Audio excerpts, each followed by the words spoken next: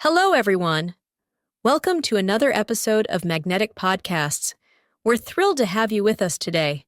I hope you're all ready for a fun and interesting topic. So, how are you doing today? I'm doing great. I'm excited about today's topic. We're talking about public transportation. It's something everyone knows about, but there's so much more to it than people think. Oh, I love this topic already. Think about it. Buses, trains, subways, trams.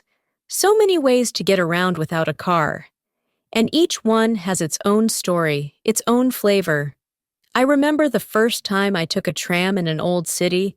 It felt like I was in a movie. That sounds like fun.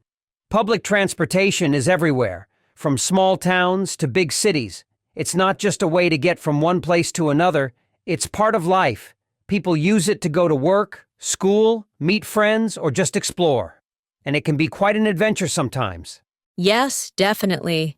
And today we're going to dive into all kinds of things about public transportation. We'll talk about different types, how they work, why they're good, and some tips on how to use them well. And of course, we'll share some funny stories along the way. I can't wait. Let's jump right in. So, let's talk about the types of public transportation. First up, we have buses. Buses are everywhere, right? They're big, they travel on the road, and they can carry a lot of people. You see them in cities and towns. They stop at places called bus stops where people get on or off. Simple but very effective. Buses are great, but I think trains are cooler. Trains move on tracks and can go very fast. Some are local trains that stop at many places, while express trains stop at fewer places and are much quicker. I love how smooth and quick they are, especially the express ones. Oh, I agree, but subways are even better. They are like trains, but they travel underground in tunnels. In big cities, they are super important because they avoid all the traffic. No waiting at traffic lights, no cars in the way. Subways are good, but trams are more fun. Trams are smaller trains that move on tracks on city streets. They're slower, but they're great for short trips in older cities. I remember riding a tram in a city with narrow streets. It was so much fun, like going back in time.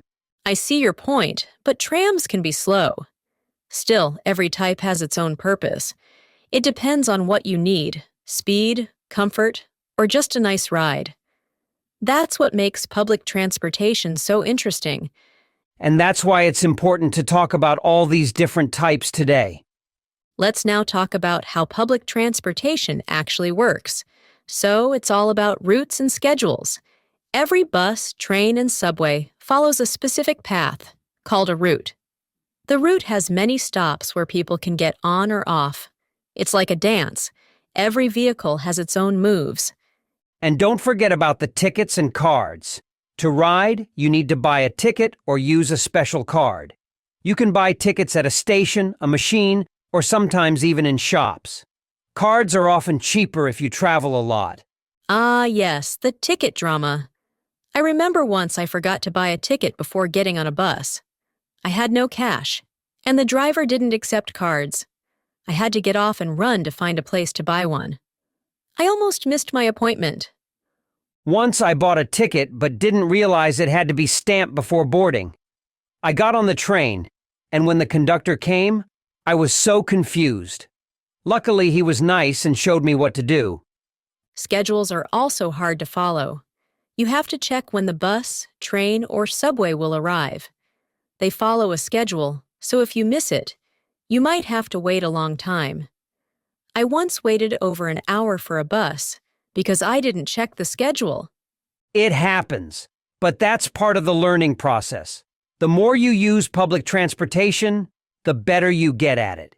It's like a game. Learn the rules, and you'll be a pro in no time. Now let's talk about why public transportation is so great. One big reason is money. It can be much cheaper than owning a car. You don't have to pay for gas, parking, or repairs. Just a small fee or a ticket, and you're good to go. True, but I think the best thing is that it's good for the environment. Public transportation makes less pollution than cars. One bus or train can carry many people, which means fewer cars on the road and cleaner air. It's a win-win for everyone. But it also helps reduce traffic. Think about it. Fewer cars on the road mean less traffic. When people use buses, trains, or subways, the roads are less crowded, making it easier and faster for everyone to get where they need to go. And let's not forget about time. In many cities, public transportation is faster than driving a car. Subways and trains don't stop for traffic lights, and they often have their own lanes or tracks. You can get to places so quickly. All of these reasons make public transportation a great choice for everyone. And it's open to everyone, too. Even people who don't have a car or cannot drive, like kids or older people, can still travel around the city. So many benefits, and so many reasons to give it a try. Now let's give our listeners some tips for using public transportation. First, always plan your trip. Decide where you want to go and check the schedule. There are apps and websites that show you the best route, so use them to avoid surprises. And buy your ticket or card before you get on. It's faster and easier. Some buses let you buy a ticket from the driver, but it's better to have it ready. And remember to keep your ticket or card safe. Don't lose it. Also, wait safely at the stop or station. Stand back from the edge, especially on subway platforms. When the vehicle arrives, let people get off first. Then you can get on. It helps everyone move quickly. Find a seat if you can. But if there are no seats, hold on to the handrails or straps. You don't want to fall when the bus or train starts moving suddenly. And if you have a seat, offer it to someone who might need it more. Listen for your stop. Many vehicles have signs or announcements to tell you the next stop. Be ready to get off when it's your turn. And if you're not sure, just ask someone. Most people are happy to help. Finally, keep your things close to you. Public transportation is usually safe, but it's always good to be careful. Don't leave your bags behind when you get off. Let's answer some common questions people have about public transportation. Is it safe? Most of the time, yes. There are cameras and security staff on many buses, trains, and subways. Just stay alert and keep your things close to you. What about pets? Can you bring your pet on public transportation? In some cities, yes, but the pet must be in a carrier or on a leash. It's always best to check the rules in your city first. And if you lose something on public transportation? Don't panic. Many public transportation systems have a lost and found service. Contact them as soon as you can. They often keep lost items for a certain time, so there's a good chance you'll get your item back. Can you eat or drink on public transportation? In many places, eating and drinking are not allowed to keep the vehicles clean. So, check the rules before you bring snacks or drinks. What if the bus or train is late? It happens. Check for updates on the schedule. Many cities have apps or websites that tell you if there are delays. Patience is key. Thanks for listening to us today. We hope you enjoyed learning about public transportation.